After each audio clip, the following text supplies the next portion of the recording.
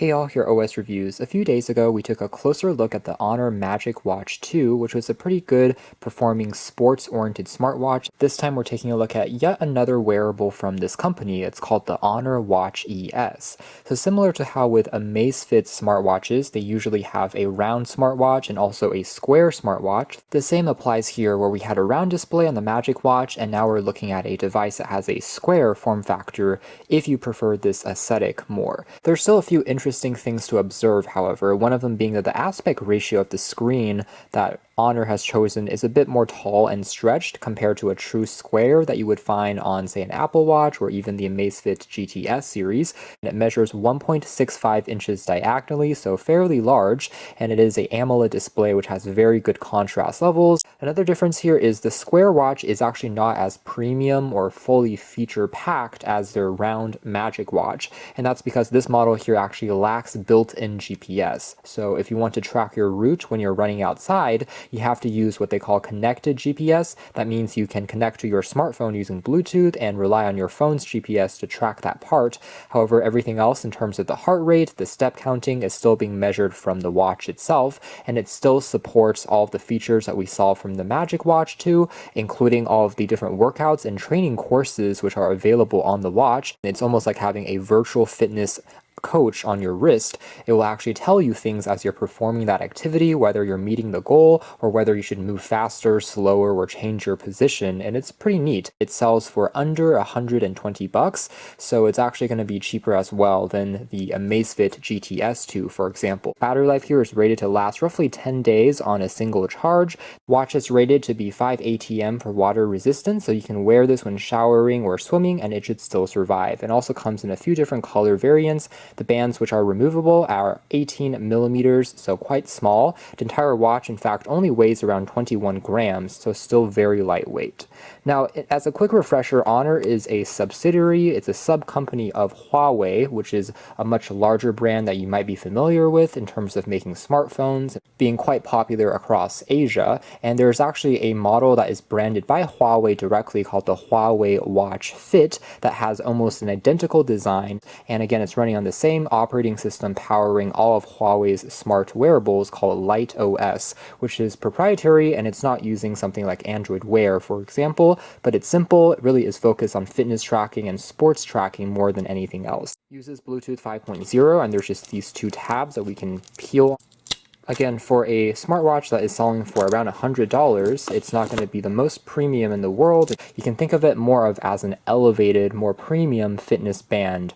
Underneath the first tab, we have the charger, which is using a proprietary magnetic adapter that sticks onto the back of the watch like so. Fast charging claims that with just 10 minutes of plugging in, it should actually last you for around an entire day's of use. So if you're in a hurry, you can also get some rapid charging done. As always, the wearables from them is using the companion app, which is called Huawei Health. You can find it for both iOS and Android. The overall presentation here is done pretty well. There's a bit of a foam padding that we can also pop out, and then we have just the watch itself. So taking a closer look here, we can peel off this protective film. The watch does have a 2.5D curve to the glass here. It's slightly bent at the corners, as you can see there, so it is slightly curved. Does make it look quite sleek and attractive in my opinion, and very smooth if you're kind of swiping and interacting with it, although there's a slightly larger chin towards the bottom of the display, as you can see there.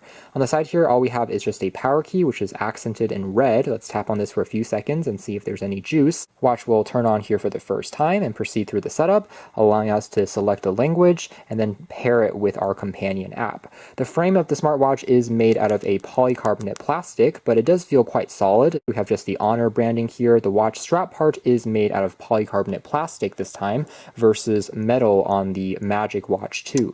And then on the inside here, we can see the straps are once again removable, and we also have just the optical heart rate sensor as well as the SpO2 sensor, and then the two contacts on the top here are for the charging. Definitely feels quite lightweight, but at the same time does have a pretty attractive, clean look to it overall. Just as a quick size comparison before we take a closer look at the companion app is next to the Magic Watch 2, you can see the size difference there. This thing is substantially lighter weight and also slimmer as well by contrast, as you can see there.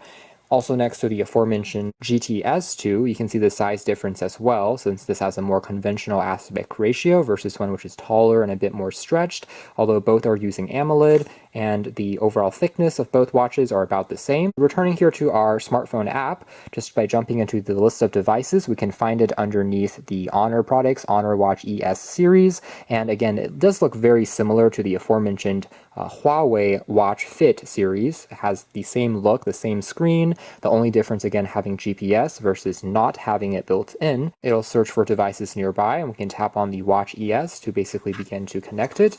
And just like other wearables from Amazfit and Huawei that we've seen in the past, you can only pair to one device at a time. So if you are an owner of their other smartwatches, that watch will disconnect before connecting to this one. It will then send over your health and stats information over to the watch to better calibrate it, and you can also set up different notifications from the app. So it will tell you how to wear the watch properly, about this position away from the wrist in order to get the measurement correct, and then we can see that we are connected currently. About 50% battery is left out of the box. Under watch faces, we're able to download more from their store. All of these of course are free and can really change up the look of the watch to get it to a more playful aesthetic depending on your preferences. Do you want something a bit more animated, more sporty? It really just shows off the customization, a lot of choices that you have here. The list really just goes on and on with plenty of options that you can find, some which even have an analog look as well. Otherwise, taking just a closer look at the UI of the watch briefly here, again, it is very familiar since it's the same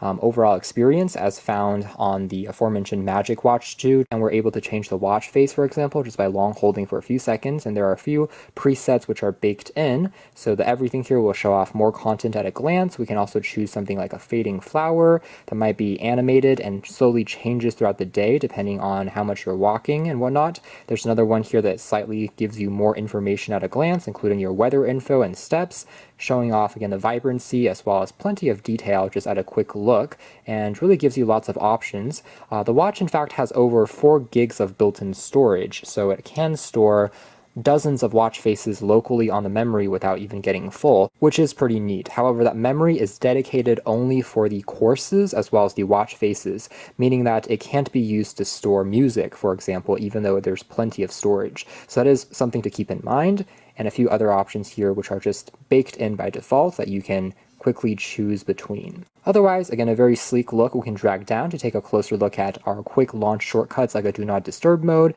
Jumping into the settings here, everything is working pretty well in terms of the scrolling movements do feel relatively smooth and responsive. Swiping over from the edge to go back by one page, I can swipe up to take a look at any missed messages and notifications from my phone, and then swipe over here to take a look at my activity for the past day, over again to take a look at my heart rate currently, stress monitoring as well. There's also weather information, and once more for music that you can control if you're connected to your phone by Bluetooth. It's controlling the music playing back on your phone and then just kind of comes back again. Now I can tap on the button here on the side when the screen is on to take a look at the full list of applications, to take a look at more detailed activity tracking, sleep activity, as well as breathing exercises, weather information, stopwatch, timer. These are both pretty simple and straightforward. Flashlight will turn the entire display white to illuminate something in the dark. Again, there is automatic workout detection on this, so if you begin running, for example, the accelerometers, there's a 6-axis sensor will detect that and will automatically prompt you and say, do you want to start a running session? And then in terms of workout, you can see obviously the 12 different courses